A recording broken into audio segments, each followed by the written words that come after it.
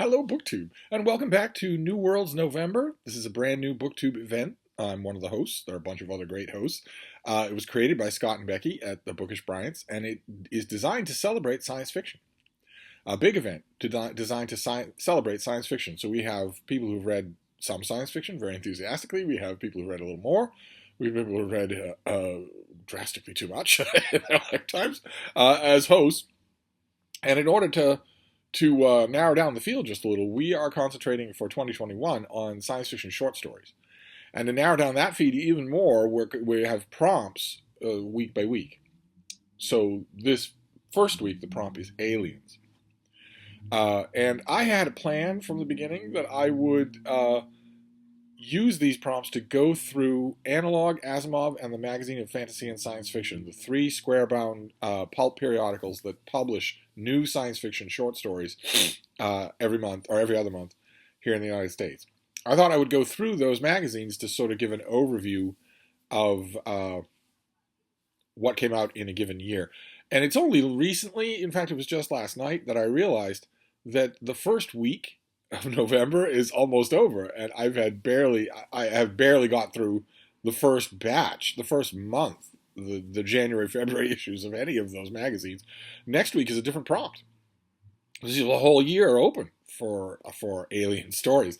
So I will still do that. I will shift the prompt with everybody else and start going through these magazines again. But maybe I'll finish up today with the January, February batch of 2021, and maybe what I'll do is go on to the next batch, the March, April issues of these magazines for the next prompt, rather than go back to these older magazines and do it all again. I think that might work out well, logistically speaking, for the month. One thing's for sure, though, the problem underscores a good thing. It underscores that there is a profusion of short fiction out there for science fiction fans. Just a profusion of it. Now, you can subscribe to Analog and Asimov's. I think the subscriptions are $30 a piece. And you get your money's worth. You really, really do, because they both feature nonfiction. They feature science discussions as well as fiction. And the fiction comes in all lengths and of all kinds. I was noticing that because I was going through these issues looking for our four prompts, specifically the first prompt, which is aliens. And it kind of amazed me. It's a thing you'd never look for on your own. You'd never notice it unless you were looking for it. It kind of amazed me how many stories in a given month's issue of science fiction magazines don't have to do with aliens. I don't know quite what explains that. That would be a long, long conversation that I could have on Zoom with Mark and Sean Standfast. I have a suspicion, though. Because I think I'm not wrong in saying that if you'd gone to Analog from I don't even know for a look at the first month's issue from January 1945, all of the stories would have been about aliens. I'd be willing to bet that, or 90% of them would be. So I have a suspicion. I have a theory, a tentative theory as to why that isn't hit quite so regularly as it used to be, and that is the advancement of science. Even a layperson picking up Analog or Asimov knows perfectly well there are no intelligent aliens in this solar system. Very likely no life at all on this solar system, even microbial, other than Earth. And the more we learn about what it would take to get intelligent life to come here, the less likely it seems that it exists and we still haven't seen it. I wonder if something of that has seeped into the MFA programs all across the country and sort of disincline people to do that. All of the science fiction that we see around us every day. there are some hosts of New Worlds November who remember a pre-science fiction world very clearly. They remember it very clearly. I do. A pre-science fiction world. And those of you who are very young might look around you and say, well, what on earth does that mean? There isn't a science fiction world. Oh, yes, it is. Oh, yes, it is. When I was watching Star Trek, when it was coming out every week, there was no such thing as a door that opened when you came near it. There was no such thing as a handheld communication device that flipped open so you can call a ship in orbit. There was no anything like that. There was no such thing as, for instance, a replicator. Synthetic replicator of anything, where you code instructions into a device, you feed it raw material, and a finished device pops out the other end. there was nothing like that. There was no internet. There were no talking computers. Nothing like that at all. So we do live surrounded by science fiction. And again, even the layman in this age knows that that science fiction that surrounds us every day is getting more invasive. It's getting more advanced. It's not all of it taking completely unpredictable science fiction-y type turns, but it seems to be the thing that preoccupies science fiction writers the most. Extrapolating along the science fiction that is in their own world already. That doesn't completely govern the issue that we're looking at today. We're looking at the analog issue for January and February of 2021. Lots and lots of stuff in this issue. Lots and lots of stuff. You really get your money's worth. As you can see on the cover there, there's a story in here by Harry Turtledove, who is a seasoned expert. There's also a story in here by Norman Spinrad. And both of their stories stink. A Harry Turtledove's story, it would actually technically fit the description of the aliens prompt. But it's so bad, I don't even want to talk about it. It's what happens if you have an 80,000-year-old, Hugo Award-winning legendary writer who gets a notion in his head. That's what it is. It's notion fiction. I got a notion. I think I'll write it up. When you are up and coming, trying to spread your name out in the world, you work a lot harder for your authors. And of course, the added thing is, and this is, I don't want to hit this too hard because it's not really a badge of admission for this genre. You can write this genre without knowing science. It helps if you do, but you can do it without doing that. You can do it without loading your story with science, and your story can still be classic. That happens a lot. Arthur C. Clarke was actually a scientist, but a lot of his stories barely have a touch of it, and they're classics. I would say the same thing about James Tiptree, who I consider to be the greatest science fiction short story writer of all time. But plenty of the stories take advantage of the old adage, Clarke's old adage, that sufficiently advanced science fiction would be indistinguishable from magic. So it gives you a little bit of leeway. So that's not a gate pass. You don't need to know science to do this sort of thing. But if you're going to wade into that end of the pool, you ought to at least be conversant. And the problem that you'll have with old, established, lionized writers like Norman Spinrad or Harry Turtledove or Robert Silverberg is that they haven't kept up at all. And it shows. They're talented enough so they could easily write stories where it doesn't show, but after a certain while, if your whole genre is kissing your feet, you might get a little complacent. So believe it or not, although I'm holding up an issue of Analog that has a story by Norman Spinrad and a story by Harold Turtledove, I'm not recommending either one of them. And there were quite a few stories in here that did not have anything to do with aliens. And one of the ones that did is one that I wanted to talk about just a bit here. It's called A Shot in the Dark by Deborah Davitt. And it brings up an interesting twist on aliens in a science fiction story. You hear aliens, you think of Sean Stanfast's bug-eyed monsters. You think of alien beings, who you are going to try to probe you, or mate with you, or both, or eat you, or all three. Whereas that isn't always the case. In fact, science fiction stories, since the Mariner probes, since the Voyager probes, have been more likely to make aliens completely unguessable. So not two-legged, berobed creatures that come to Earth and easily learn English and have all sorts of demands that they speak in English, but rather incomprehensible things. Writers tend to do that a lot more. Partly I think it's just in the groundwater, the creative groundwater, and partly there is a little thing in science fiction that's been there all along of accurately extrapolating.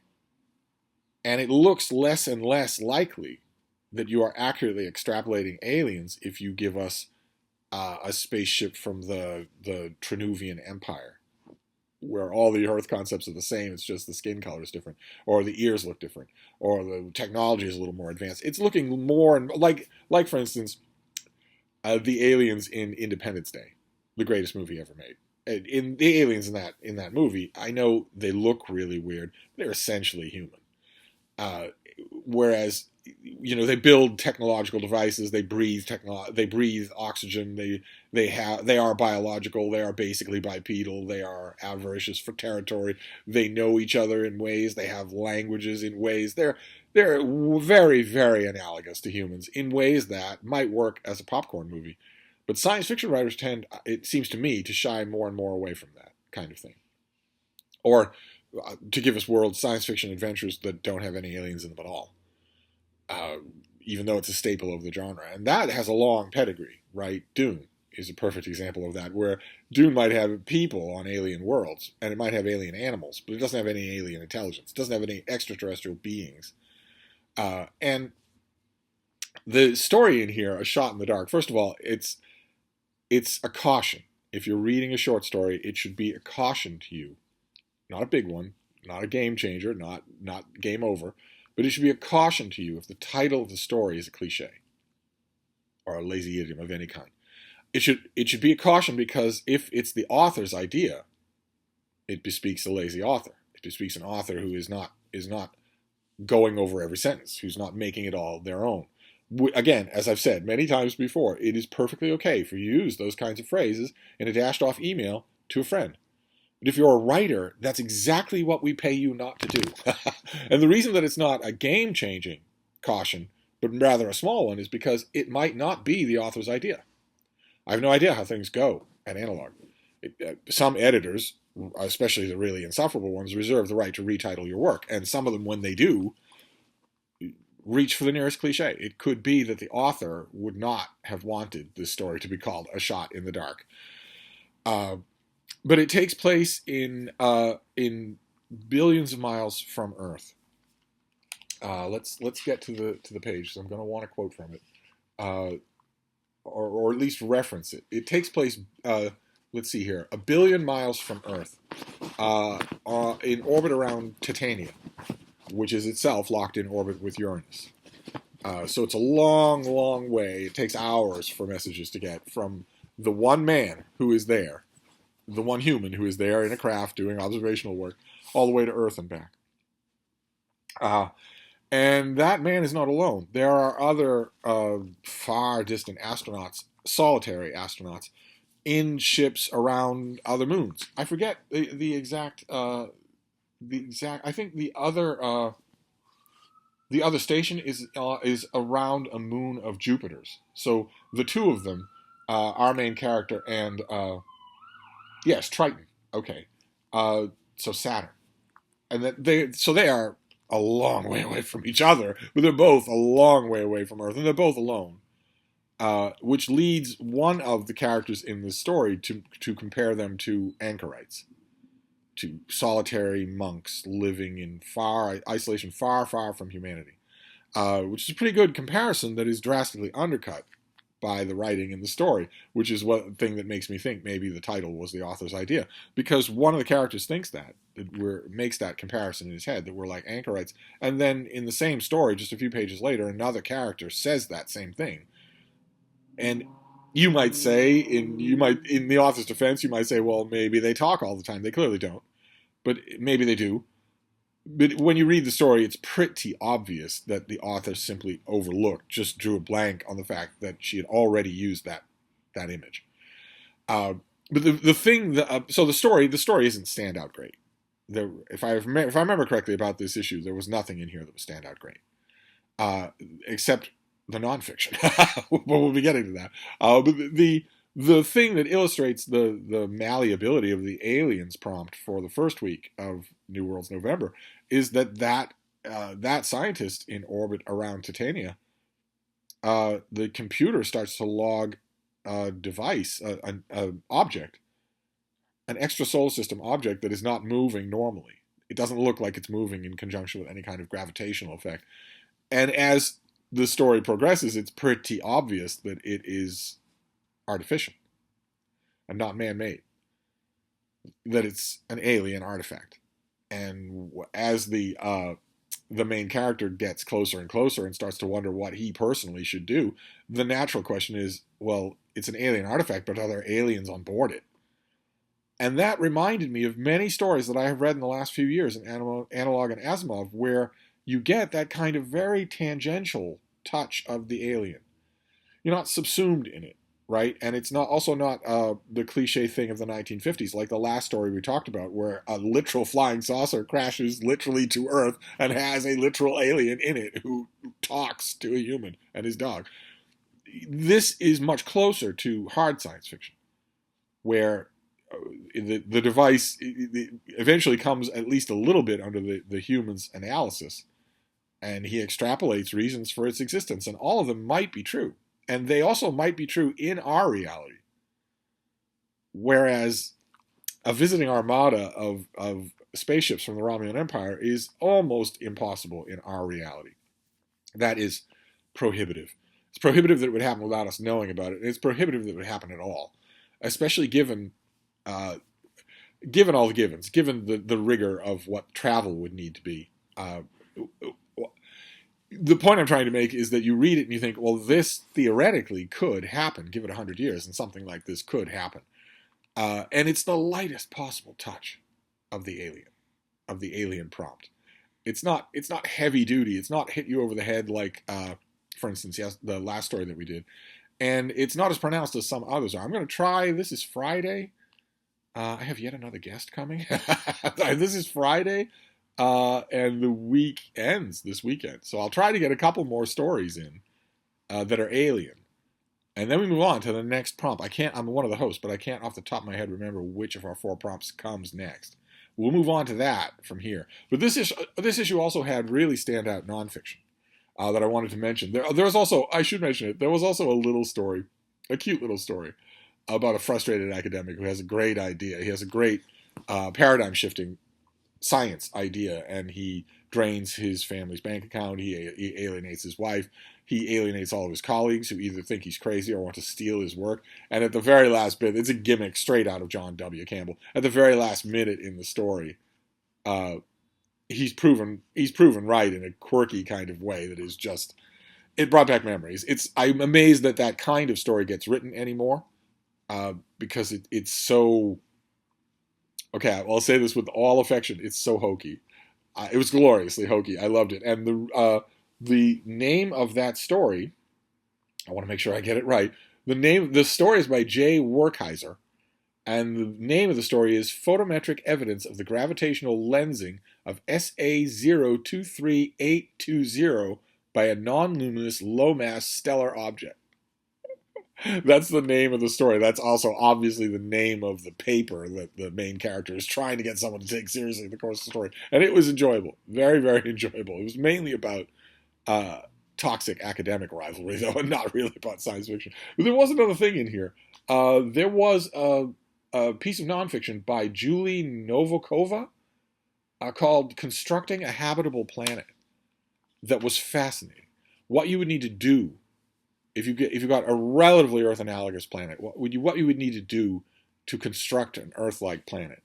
And it was really fascinating that the author arranges the discussion well beyond Earth's own solar system. We're finding exoplanets all the time now, thousands of them. And we're getting better and better at figuring out little details about them, more and more precise details about them. We could still miss the proverbial elephant in the room, but we're learning tantalizing new bits about them. Usually that kind of conversation extends only as far as Earth's solar system. So you look at Earth's 2 nearest neighbors, both of which are near-miss Earths. Earth could easily have been either one of them and still could. Mars and Venus. And usually the conversation is, what would it take to make Venus habitable? What would it take to make Mars habitable for humans? Without spaceships, without habitat rings, without anything like that. What would it take to make a Mars or a Venus where a human could walk around on the surface? And which would take longer to do. So it was interesting that discussion of how to make a habitable planet ranged a little bit further out. But the issue itself was not exactly gangbusters for alien fiction that was any good. So we'll move on. We'll do another one tomorrow. Maybe I'll move into the next batch, so March and April, and see if there's anything stand out there. But that's New Worlds November. For me, for today, they just follow the hashtag or look for that title for other videos by other people. And of course, this being Friday, you want to look forward. Sean D. Standfast is one of our hosts for New World November, and he's doing a book film discussion of John Campbell's Who Goes There, which became John Carpenter's The Thing, tomorrow. Saturday, so that'll be a lot of fun. It's very, very. I've already set my course for New Worlds November, which is to talk about the short stories in these periodicals for the year, just to see what kind of representation they get in the course of a year. But, oh my, a book to movie comparison video sounds very tempting. I won't do it because I've already set my course, but it sounds very tempting. I actually, a long, long time ago, helped to teach a class in science fiction at a corn-fed university, as Hannibal Lecter would say. And one of the things that came up was, naturally, because of me, this is one of my favorite subjects, one of the things that came up was book and film comparisons of science fiction movies. And we talked about John Carpenter's The Thing versus John Campbell's Who Goes There. We talked about that. Not only John Carpenter's The Thing, but also the David Arness version where he's a giant carrot. And we talked about Blade Runner as well. It was a great class. We had a ton of fun. But it's Sean's ball tomorrow. But I will be back for more New Worlds November this weekend. Thank you, BookTube.